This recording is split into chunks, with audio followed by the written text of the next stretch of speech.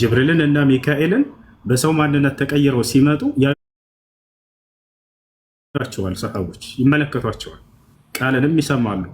ሰሒህ ሙስሊም ቁጥር 8 ላይ ረጅም የሆነ ሐዲስ ነው። ዑመር ብን አልኸጣብ ራሱ የነብዩ ሰለላሁ ዐለይሂ ወሰለም ሰሃባ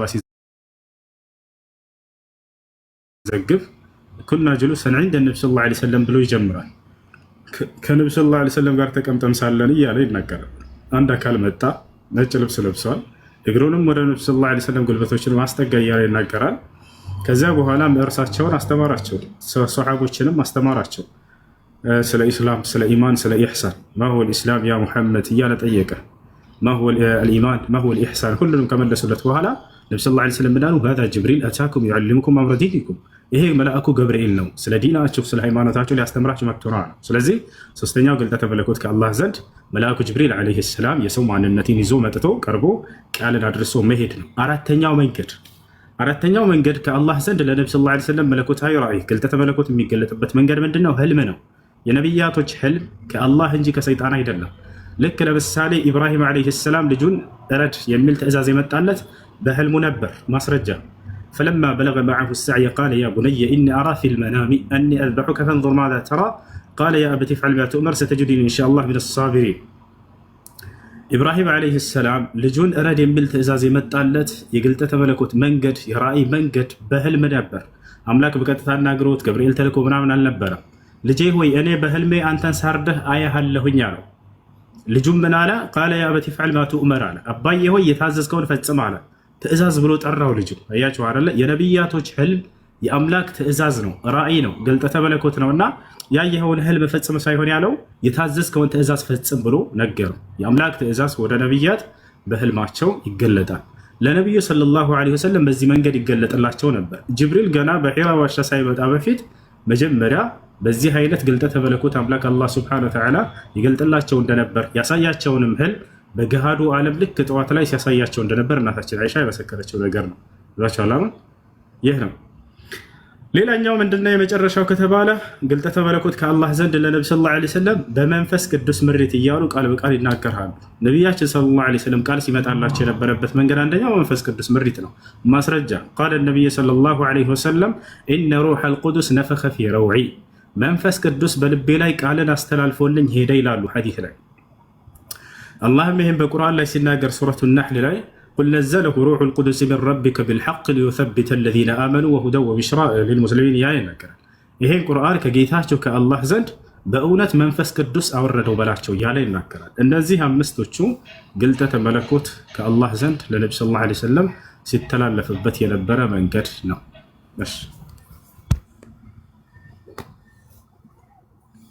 ሌላ ጥያቄ አለሽ?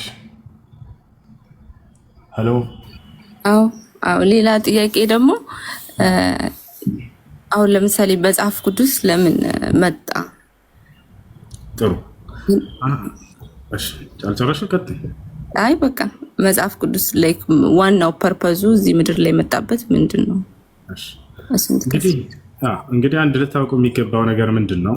አምላክ ባለፉት ነቢያቶች በኩል መለኮታዊ መጽሐፍቶችን አውርዶ ነበር። በሙሳ ዓለይሂ ሰላም ላይ አውርዶ ነበር ተውራት ወይንም ኦሪት የተባለ። በዒሳ ዓለይሂ ሰላም ላይ አውርዶ ነበር ኢንጂል ወይንም ወንጌል የተባለ። ወንጌሎች አይደሉም፣ ኢንጂል ለዒሳ የተሰጠው መጽሐፍ። አላህ ይህም በቁርአን ላይ ይናገራል።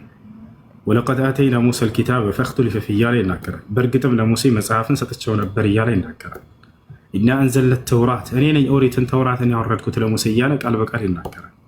ለዒሳ ዓለይሂ ሰላም ኢንጂልን ሰጥቶት እንደነበር ይናገራል። ثم قفينا على آثارهم برسلنا وقفينا بعيسى بن مريم وآتيناه الإنجيل ለዒሳ ኢንጂልን ሰጠሁት ይላል፣ ወይም ወንጌል ማለት ነው። ነገር ግን እነዚህ መጽሐፍቶች ከነዚህ ከነቢያት በኋላ የጠበቀ ኃላፊነቱን አምላክ አላህ ሱብሓነሁ ወተዓላ ለሌሎች ለግለሰቦች ሰጣቸው። አደራ በነቢያቶች ላይ እንዳወረድኩት ሳትቀነሱ፣ ሳትጨምሩ፣ ሳትበርዙት ለትውልዳቸው አስተላልፉት አላቸው። እነዚያ ሰዎችም ፈተናውን ወደቁ፣ ሊጠብቁት አልቻሉ፣ በረዙት፣ ቃሉ ጨመሩበት፣ ቀነሱበት፣ ቀላቀሉበት። ስለዚህ በዚህ ሁኔታ ይገኛል ይሄ መጽሐፍ እስካሁን ድረስ ማለት ነው። በእርሱ ላይ ያሉ መለኮታዊ ቅሪቶች እውነታ የሆኑ ነገራቶች እንዳሉ ኢስላም ያስተምራል። ለምሳሌ መሲሁ በድንግልና መወለዱ በትክክል እውነት እንደሆነ ያስተምራል። ልክ እንዲሁ መሲሁ ሙታንን ሲያስነሳ እንደነበር ይህንንም ያስተምራል ቁርአን። ማየት የተሳናቸውን ይፈውስ ነበር፣ መስማት የተሳናቸውን ጆሯቸውን ይከፍት ነበር። እነ አብርሃም፣ እነ ሙሴ፣ እነ ኢስሐቅ፣ እነ ያዕቆብ የሚባሉ ጻድቆች ነቢያቶች እንደነበሩ ቁርአን ይመሰክርላቸዋል። ስለዚህ ነው እና እነዚህ መጽሐፍቶች በቀደሙት ነቢያቶች ላይ ወርደው የነበሩ ሲሆኑ አስላቸው መሰረታቸው፣ ነገር ግን ከዚያ በኋላ ሰዎች የራሳቸውን ሀሳብ የቀላቀሉባቸው መጽሐፍቶች ናቸው ማለት ነው። ይሄ ነው። እኔ ጥያቄ ምን መሰለ፣ ፐርፐዙ ላይ መጽሐፍ ቅዱስ የመጣበት ፐርፐዝ ዋናው ዓላማው ምንድን ነው ነው? ዋናው ዓላማውና የመሰረቱ ምን ነበር ከተባለ እነዚህ መጽሐፍቶች በነቢያቶች መጀመሪያ ላይ ከመወረዳቸው ስንነሳ ጊዜ አንዱን አምላክ አላህን በብቸኝነት ሰዎች እንዲያመልኩ ሊያስተምሩ ዘንድ ነበር። ለዚህም ነው እስራኤል ሆይ ስማ ጌታ አምላካችን አንድ አምላክ ነው። ይህ የትእዛዛት ሁሉ መጀመሪያና ይህን መጀመሪያ እንደሆነ ይናገራል። ይሄ ነው ዓላማቸው። የነቢያቶች ትምህርት ይሄው ነበረ። ይሄ ነው ዓላማቸው። እነዚህ መጽሐፍቶች መሰረታቸው የነበረው ገብቶሻል አይደል? እና ደግሞ ላይ ከቁርአን የተጻፈው መጽሐፍ ቅዱስን ለመቃረን ቢሆንስ? ኦኬ፣ በውስጡ ያሉ ስህተቶችን ሊቃረናቸው ነው። ቁርአን የመጣው በሶስት ዓላማ ነው፣ መጽሐፍ ቅዱስን አስመልክቶ ማለት ነው። አንደኛ በውስጡ ያሉ እውነታዎችን እውነታ ናቸው ብሎ ያረጋግጣቸዋል። ሙሰድቀን ሊማ በይነ የደይሂ ይላል፣ ያለፉትን እውነታዎች የሚያረጋግጥ የሆነ ነው። ሁለተኛ በውስጡ ያሉ ስህተቶችን ስህተት ናቸው ብሎ ሊያርማቸውን የመጣው።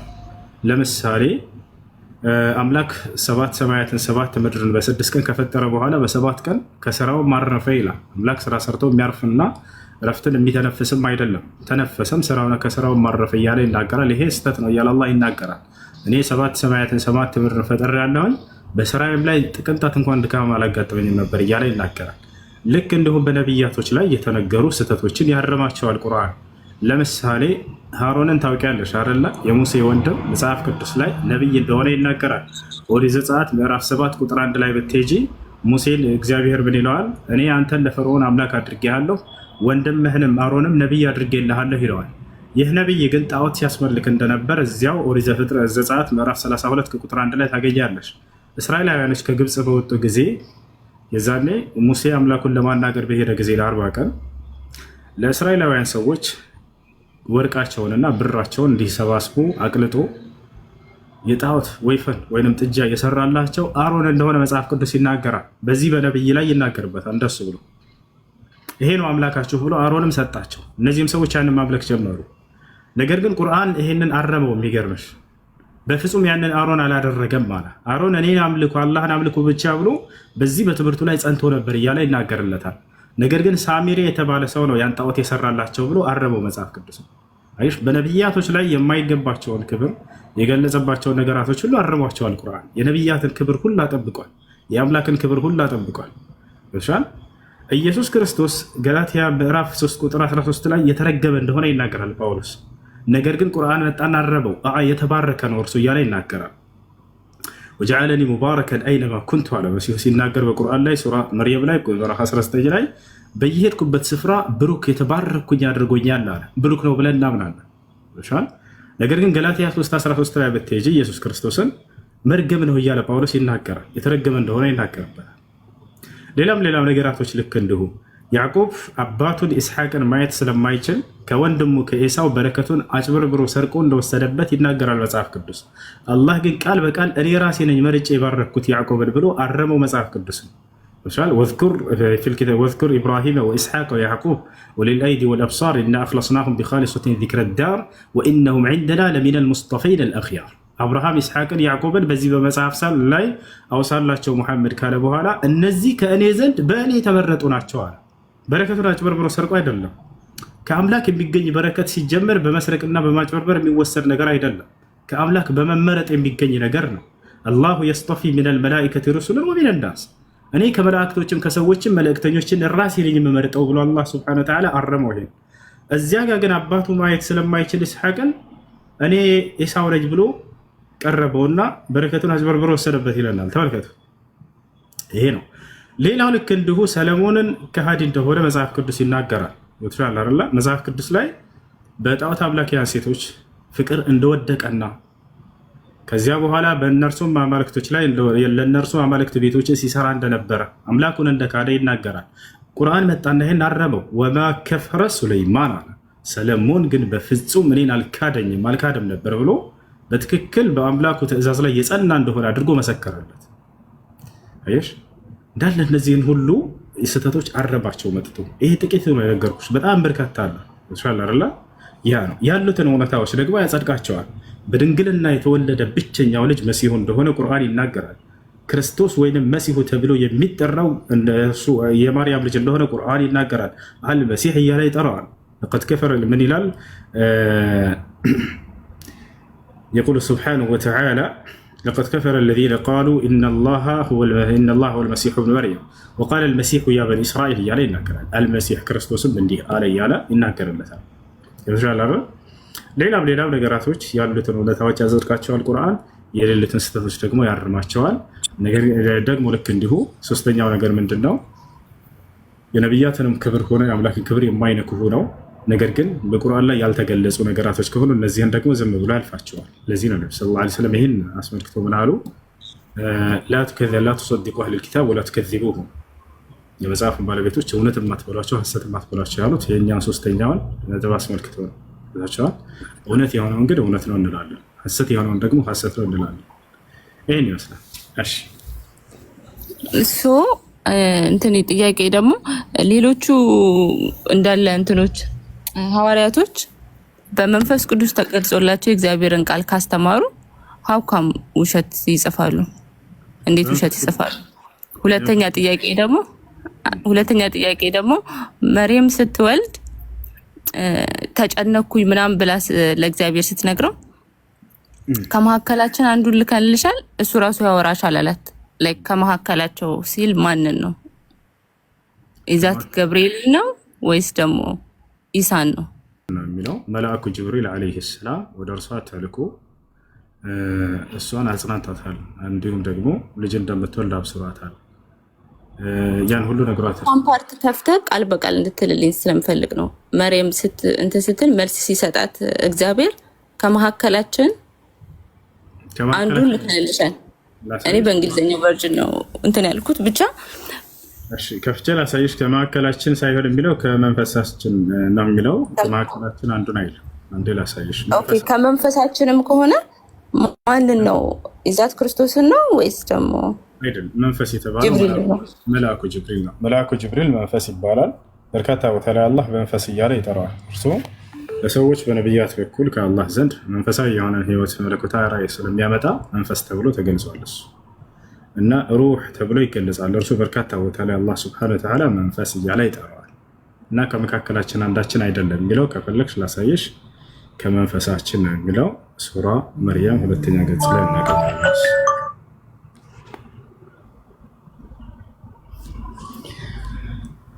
እሺ መርያም ያው እዚህ ጋር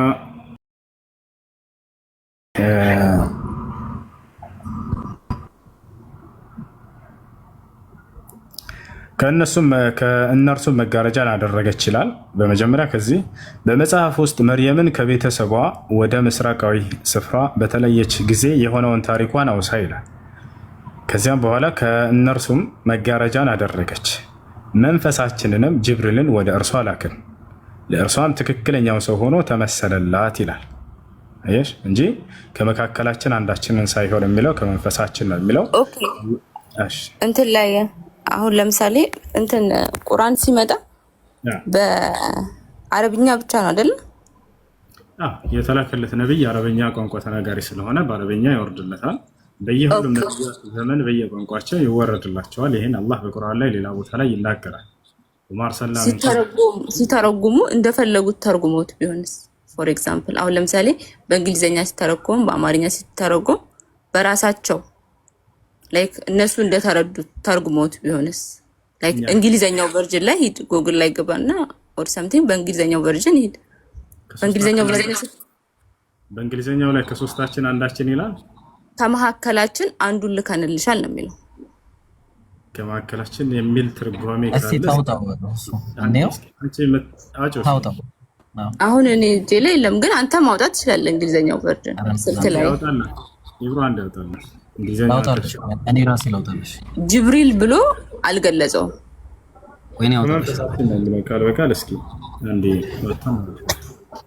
ይሄኛው በኋላ ላይ ረቡል መላኢከት ወሩህ የሚለውን በኋላ እናየዋለን። ግን እንግሊዝኛውን ላውጣልሽ የምትፈልጊው ነው። እሺ ያውልሽ ቁርአን እንግሊዝኛ ይሄ አይደለም።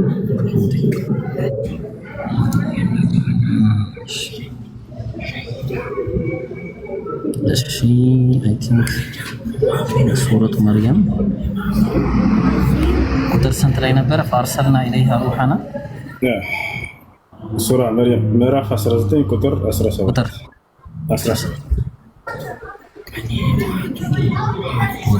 17። እሺ እስቲ ያውልሽ እዚህ ጋር ይሄ ነው የሚለው አየሽው? then she screamed herself off from them then we sent to her our angel of revelation ነው የሚለው አየሽው? our angel of revelation angel ማለት ምን ማለት ነው?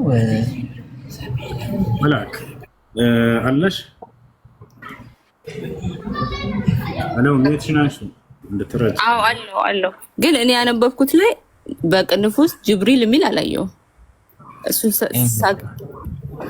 በቅንፍ ውስጥ ጅብሪል ያበስርሻል የሚል የለም ያነበብኩት ላይ። ያነበብሽው ላይ ስታመጣና ጅብሪል ነው ግን ቃል በቃል ቁርአኑ እንደዛ ነው የሚለው። ያው እንዳመጣሽው እዚህ በእንግሊዘኛው ላይ መልአክ እንደሆነ የሚናገር። እሺ በተለያየ ቋንቋ ሲገለበጥ በራሳቸው አባባል ቢገለብጡትስ? ላይክ ቆይ ሁሱ ሳያወራ በፊት አንዴ እኔ ይሄን ልጨምርና ልዝጋሽ። አንዴ ይለሽ አሁን ለምሳሌ ሩህ የሚባለው ነገር ምን ይላል መሰለሽ? ተመልከች። ግሎሪ ቱ ዩ ሞስት ሆሊ አር ዩ አለ ሎርድ ኦፍ ዘ ኤንጀልስ ኤንድ ዘ ስፒሪት አለ። ይሄ ስፒሪት የምትይው ማን ተብሎ ነው የተቀመጠው መሰለሽ? እሺ ጅብሪል ተብሎ ነው የሚቀመጠው። ዩ ዘ ረብ ኦፍ ዘ ኤንጀልስ ኤንድ ጅብሪል አለ። እሺ ሩህ የሚባለው ነገር እዚህ ጋር ሩህ ብሎ ነው የሚያስቀምጠው። ተመልከች ሩህ የሚለው ረብ አለው ራሱ። ረብ ማለት አምላክ ማለት ነው። እሺ ራሱ ረብ ያለው ነው ሩህ የሚባለው ነገርና አፎን ሁሱ ቀጥል።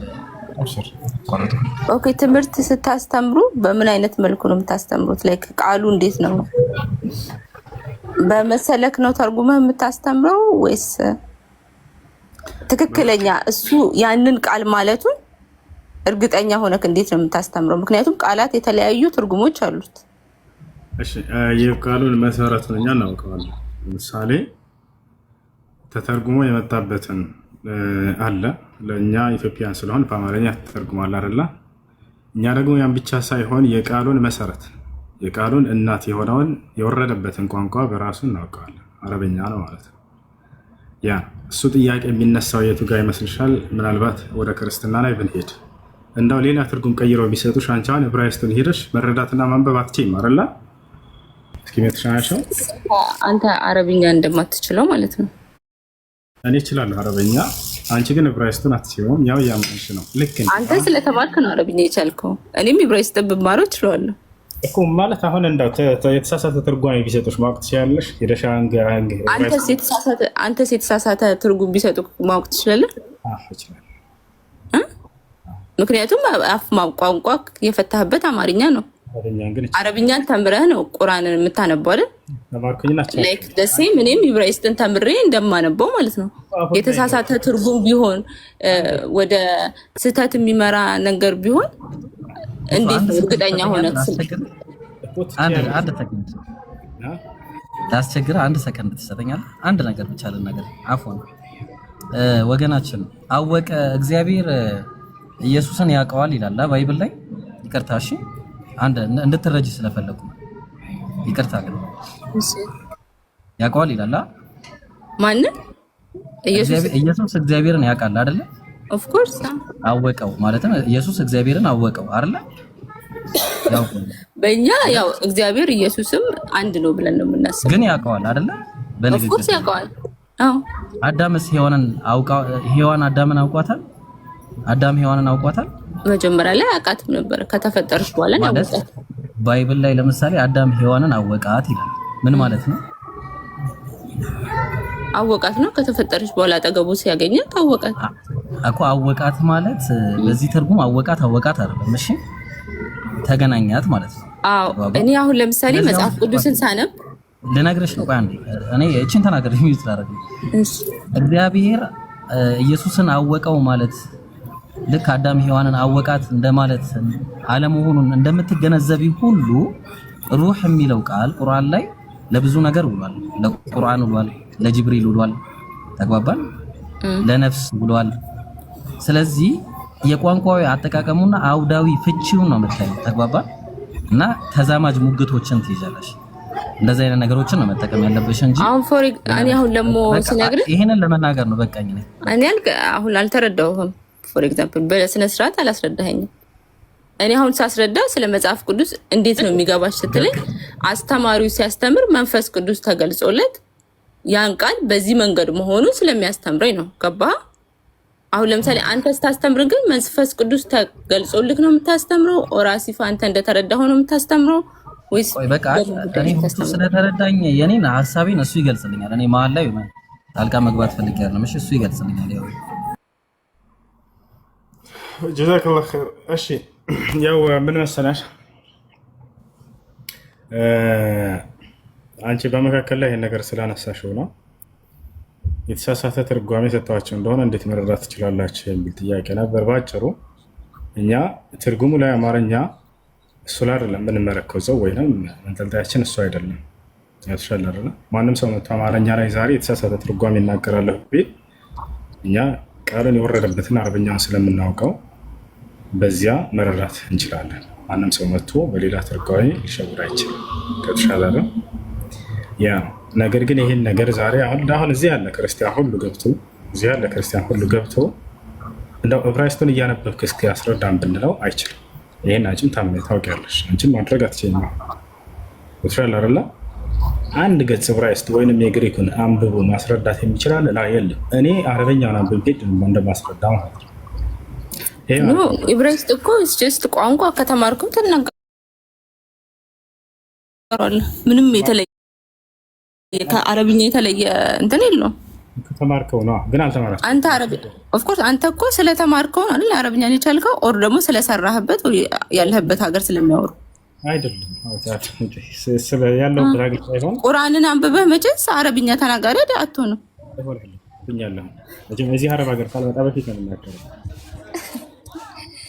አረብነት ካተስቀኝ ቁርአን አንብቦ አረብኛ ፐርፌክት የሚናገር ሰው የለም። ይናገር ነበር ልጅ እያለሁኝ እዚህ ሳልመጣ በፊት እዚህ የመጣሁት ከ5 ዓመት በፊት ነው። እዚያ ያለሁ ግን ከዚያ በፊት መግባባ ነበር ሰዎች ጋር ቁርአንን በደንብ አንብበን አረብኛ መናገር መረዳት እንችላለን። መጀመሪያ አረብኛውን ጽሁፉን ቃሉን አስተምረውክ አይደለ ወደ ቁርአን ማንበብ የምትገባው? ቋንቋውን ተምረህ ነው እኮ ወደ አረብኛ ማንበብ የምትገባው አይደለም። ከመሰረቱ መጀመሪያ ቁርአን ነው የምንማረው እንዴ። ለምንድን ነው እንዲህ የምታደርገው? ይሄ እኮ ፍጥጥ ያለ ክርክር ነው። ስትወለድ አረብኛ ነው የምታወራው? ስትወለድ አማርኛ ተናጋሪ ነው፣ ኢትዮጵያዊ ነህ። ሀው ካም አረብኛ ትናገራለህ ካልተማርክ በስተቀር? ቁርአን ስንቀራ ጊዜ ስንማረው ጊዜ በዚያው ስትማረው አረብኛን ስለተማርከው ነው። ቁርአን እንድታነብ አረብኛ አስተምሮክ ነው አይደል? እንዴ ቁርአን ያነበብከው አይደለም። ቁርአን ስንቀራ በአማርኛ የተማርከው? ቁርአን ስንቀራ ጊዜ የዛን ትርጉሙን ስንማረው ጊዜ አረብኛ ቋንቋ መናገርም ሁሉ ነገር እንድንችል ያደርጋል። ሴንስ ነው። ምክንያቱም ቁርአን ያነበበ ሁሉ አረብኛ ተናጋሪ ስላልሆነ ማለት ነው። ስለዚህ ለእናንተ እኛ ተአምሮት ነን ማለት ነው። ምክንያቱም ተአምሮ ማለት ከሰው ልማድ ወጣ ያለ ነገር ነው። እኛ መጽሐፋችንን ቁርአንን አንብበን ከነቋንቋው በደንብ መናገርም መረዳትም እንድንችል ካደረገን ይህ ነገር ለእናንተ ከአይምሯችሁ በላይ ከሆነ ተአምሮች ነን እኛ ሙስሊሞች። እንዴት አረብኛ እኮ የሚችል ሰው እኮ ነው አማርኛን ችሎ ያስተማረክ እንጂ በደመ ነፍስ አይደለም ተምረክ።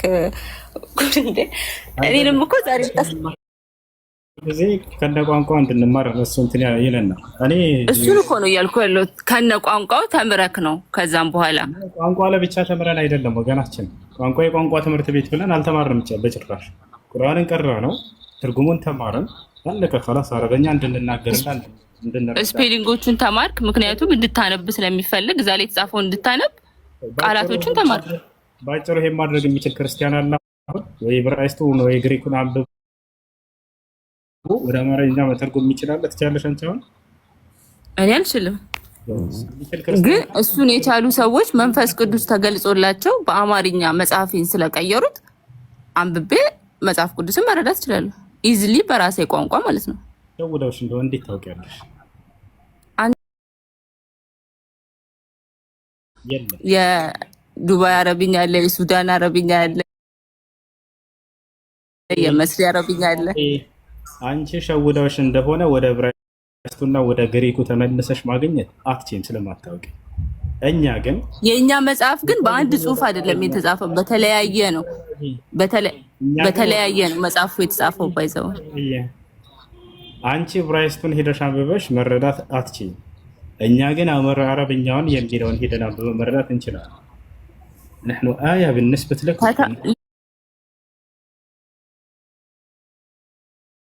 ካንተ አረብኛውን ተምረክ እንደ ተረጎምከው እኔም ዕብራይስጡን ተምሬ ተረጉማለሁ። ሲቀጥል ደግሞ የኛ መጽሐፍ በአንድ ብቻ በዕብራይስጥ ብቻ አይደለም የተጻፈው፣ በመለኮት ወርዶ በተለያየ ቋንቋ ነው የተጻፈው መጽሐፍ ቅዱስ። ባይዘው በምን ቋንቋ ተጻፈ? በተለያየ ቋንቋ በዛን ሰዓት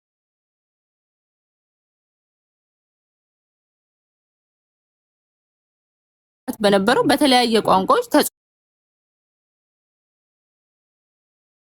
ተጽፏል ተብሏል። እዛ ላይ ምሳሌ በምን ቋንቋ? አንድ አምስት ቋንቋ በነቢያቶች ላይ ሲወርድ ጊዜ በእንግሊዝኛ ተጽፎ ነበር፣ በአረብኛ ተጽፎ ነበር።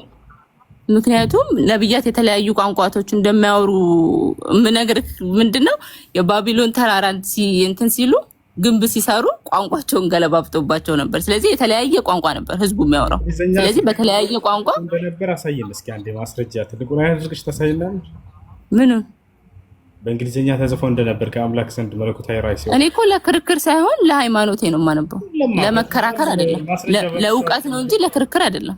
እሺ ግምታዊ ነገር አንናገር። ሃይማኖታዊ ነገር ስንናገር ግምት አይደለም። አንተ አሁን ለምሳሌ ለክርክር ቃል በቃል አንብበ ለመከራከር ነው አይደል የተቀመጥከው? እኔ ደግሞ ቃል በቃል አንብቤ እንዲገባኝ ነው። እሺ ግምት ካልሆነ አሳየን እስኪ በእንግሊዝኛ የተጻፈውን የመጀመሪያው መጽሐፍ ቅዱስ ከነቢያቶች ጋር። ኦፍ ኮርስ ጉግል አድርገህ ማግኘት ትችላለህ። እኔ ለምን ትጠይቀኛለህ? አግኝተሽ ታውቂያለሽ? እኔም ማቆን ያነበብኩትን እየነገርኩ ነው። አግኝተሽ ታውቂያለሽ ወይ? ለመጀመሪያ ጊዜ በእንግሊዝኛ የወረደለት ነብይ መለኮታዊ ራእይ ማን ነበር? ያ ነብይ እሺ ስሙን ብቻ ንገሪኝ። ሕዝቅኤል ነው? ነብያት አንድ ቦታ ብቻ አልነበሩም፣ በተለያየ ቦታ ነው የተበተኑት። የተለያየ ቦታ ሄደው እንዲያስተምሩ የተደረጉት ነው። በእንግሊዝኛ የወረደለት ነብይ ማን ነበር? ቃል በቃል አልኩህ እኮ በብዙ አይነት ቋንቋ ተጽፏል ብሎ ጽፎልናል። በቃ አለቀ። በብዙ አይነት ቋንቋ ተጽፏል ማለት ነብያት የተለያዩ ቋንቋዎች ያወራሉ ማለት ነው። ኮንቪንስ አሁን ለምሳሌ ለኔ ኮንቪንስ ያደርገኛል መጽሐፍ ቅዱስ። እሺ ሌላ ጥያቄ አለሽ? አዎ ሌላ ጥያቄ ደግሞ ሰው አንተ አሁን ስታመልክ እንዴት ላላየኸው እንዴት የማታውቀውን አምላክ ታመልካለህ? እግዚአብሔር እንደማይታይ አታውቂም ማለት ነው። አሁን ወደ 10 ጥቅሶች ላሳይሽ ነው እግዚአብሔር እንዳልታየ። ስለዚህ ስህተት ነው ማለት ነው የመጣሽበት መንገድ ነው። አይ እኔ አሁን ጥያቄ እንዴት ሰው የማያውቀውን ነገር ያመልካል እኮ? አይታይም አምላክ መጽሐፍ ቅዱስ ላይ እግዚአብሔር አንድም ሰው እንኳን አላየውም እግዚአብሔርን ይላል። አንደኛ ጢሞቴዎስ ምዕራፍ 6 ቁጥር 16 አንድም እንኳን ያየው የለም አምላክን ይላል። ዮሐንስ ወንጌል ምዕራፍ 5 ቁጥር 37 ላይ እግዚአብሔር ባይኖርስ አሁን ለምሳሌ ስለ አላህ ወደ 10 ጥቅሶች እንስተሽ አምላክሽ እንዳልታየ መጽሐፍ ቅዱስ ላይ ምን ታያለሽ? አምላክሽ እንዳልታየ መጽሐፍ ቅዱስ ላይ ወደ 10 ጥቅሶች ልስተሽ። እኛ አምላክ አላህ Subhanahu Wa Ta'ala ስለመታየቱ ልንገርሽ ከእስላም አንፃር ያለውን ማለት ነው። እሺ ላስረዳሽ። አሁን ለኔ ያልኩት ክርስቶስ አምላክ ነው ብዬ ስለማስብ ታይቷል። አሁን ነገ ነው አምላክ አልታየም። አንድ ጊዜ አዛል አድርግ ለታቢያ ልጆች አዛል አድርግ ነው ልጆች ቀጥሉ። እሺ እኔ ሚዩት ላድርግላችሁ። ፋሩቅ አለ ይብራላችሁ፣ ፋይሰል አላችሁ።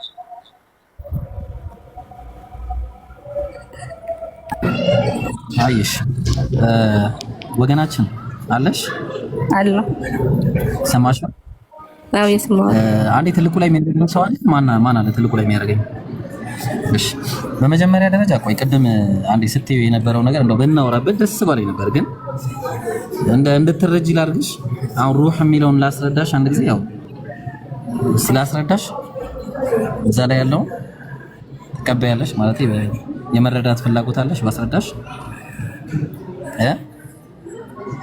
የሎ አዱ በመጀመሪያ ደረጃ ሩህ የሚለው ቃል እቺ አረብኛ ቃል ትታይሻለች። ሩህና ይላል። ሩህ የሚለው ቃል ለብዙ ነገር ሊውል ይችላል ቁርአን ላይ ተግባባ። ለአንድ ነገር ብቻ ሳይሆን ቀደም እንዳልኩሽ አንደኛ ለጅብሪል ውሏል፣ ሁለተኛ ለቁርአን ውሏል፣ ሶስተኛ ለነፍስ ራሱ ውሏል። ተግባባ። ስለዚህ አሁን ይሄ ሩህ የሚባለው ነገር ደግሞ ምን እንዳለው ታውቂያለሽ? ረብ አለው። ረብ የሚባል ማለት ረብ ማለት ምንድነው ታውቂያለሽ? ረብ ማለት ጌታ ማለት ነው። ጌታ አለው። ለምሳሌ ሪያዱ ሳሊሒን 14:26 ላይ ሱቡሑን ቁዱሱን ረቡል መላኢከቲ ወሩህ እና ምንድነው ረብ የመላኩና የሩሁ ጌታ ይላል። ኦፍ ጅብሪል አለ። ጅብሪል ከነሱ መሃል በጣም ትልቅ ቦታ ያለው መልአክ ስለሆነ ወጣች እንዴ! ሱብሃንአላህ። በቃ ሌላ ጥያቄ ያለው ሰው ይቀጥል።